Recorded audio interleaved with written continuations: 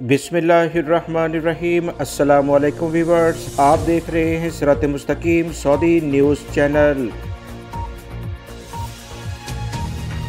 Saudi अरब और दीगर खलीजी ममालिक में लाखों गैर मुल्की अफराद रोज़गार के लिए मौजूद हैं और इन्हें सबसे ज़्यादा खुशी अपने वतन जाते हुए महसूस होती है, मगर अल्लाह न करे कुछ ऐसे हालात भी बन जाते हैं कि कुछ लोग एयरपोर्ट पर जाते ही मुश्किलात का शिकार हो जाते हैं, इनकी तबीयत ख़राब हो जाती है। ऐसा क्यों होता है, इस बारे में कुछ अहम वाक़या एक एयरपोर्ट पर रोनमा हुआ, जिसकी तफसीलात इस वीडियो में आपसे शेयर की जा रही हैं। अल्लाह न करे ये वाक़या आपके किसी दोस्त अहबाब के साथ पेश आए या खुदा न खास्ता आपके साथ खुद पेश आए तो इसमें हमदर्दी का पहलू लाजमी अपनाया जाए, ना कि किसी को तनकीद का निशाना बनाया जाए। इतलात के मुताबिक एक शख्स 5 सालों से एयरपोर्ट के ज़रिए सफ़र करते हुए इंतहाई खौफजदा हो जाता था। जैसे ही वो एयरपोर्ट पर आता तो इसकी हालत गैर हो जाती, यहाँ तक कि वो बेहोश हो जाता, इसे हॉस्पिटल मुंतकिल किया जाता। मज़ीद इतलात के मुताबिक गैर मुल्की हालत देख कर एयरपोर्ट पर काम करने वाले कुछ अफराद ने फौरी तौर पर इसकी मदद की,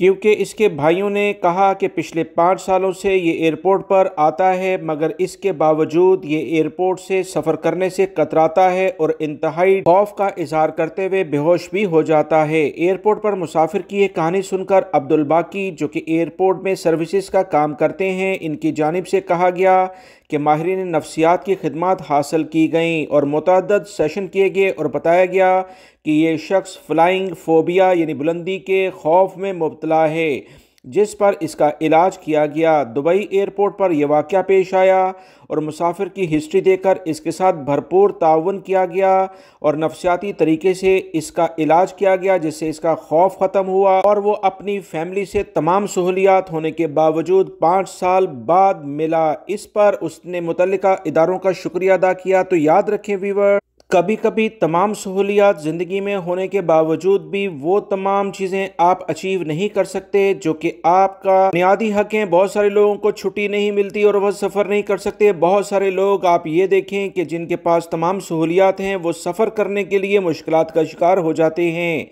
वीडियो लाइक करके दोस्तों से शेयर भी कीजिएगा। अल्लाह रब्बुल इज़्ज़त हम सबको अपने हिफ्ज़-ओ-अमान में रखे। आमीन। अस्सलाम वालेकुम।